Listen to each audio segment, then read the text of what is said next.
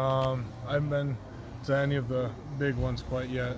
But I went during COVID, so it doesn't really count. But yeah, it's gonna be exciting.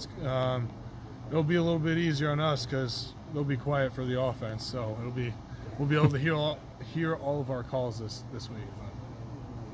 What's the thing that jumps out at you on film about Ohio State?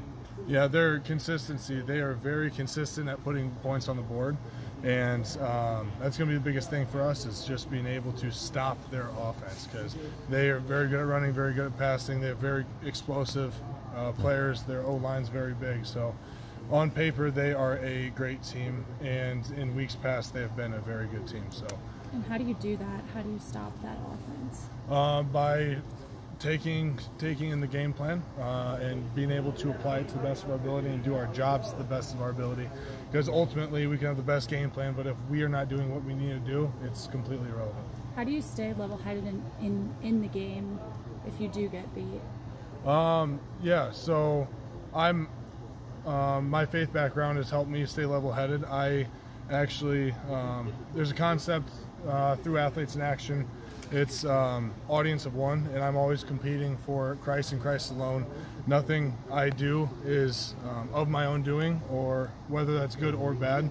It is all the strength and power that God has given me. So ultimately, I'm always grounded after each play, good or bad or indifferent. So.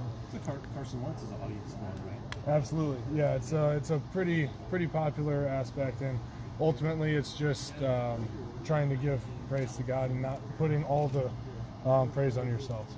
Do you have a relationship with Carson Wentz? I do not. No, nope. That motto kind of comes through Athletes in Action, which is like a faith-based ministry on campus. I'm pretty involved with Athletes in Action, and that's been one of the main takeaways I've taken from that. Is there anybody else on the team that's involved in that? There's quite a few guys. We have over a dozen that go to the Monday night meetings, and then there's quite a few guys that come to chapel every week. There's quite a few guys that go to independent Bible studies. So we have a pretty strong following there. So it's pretty cool. You baptized someone last week.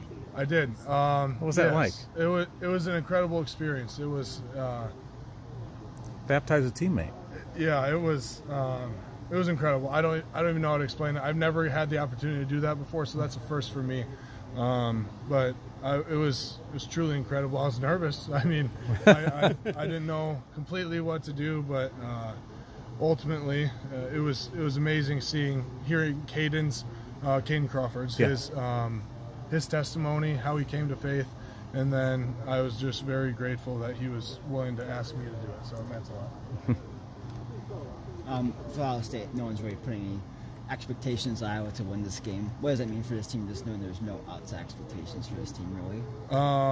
I don't really look at outside expectations any week. I think they're completely irrelevant.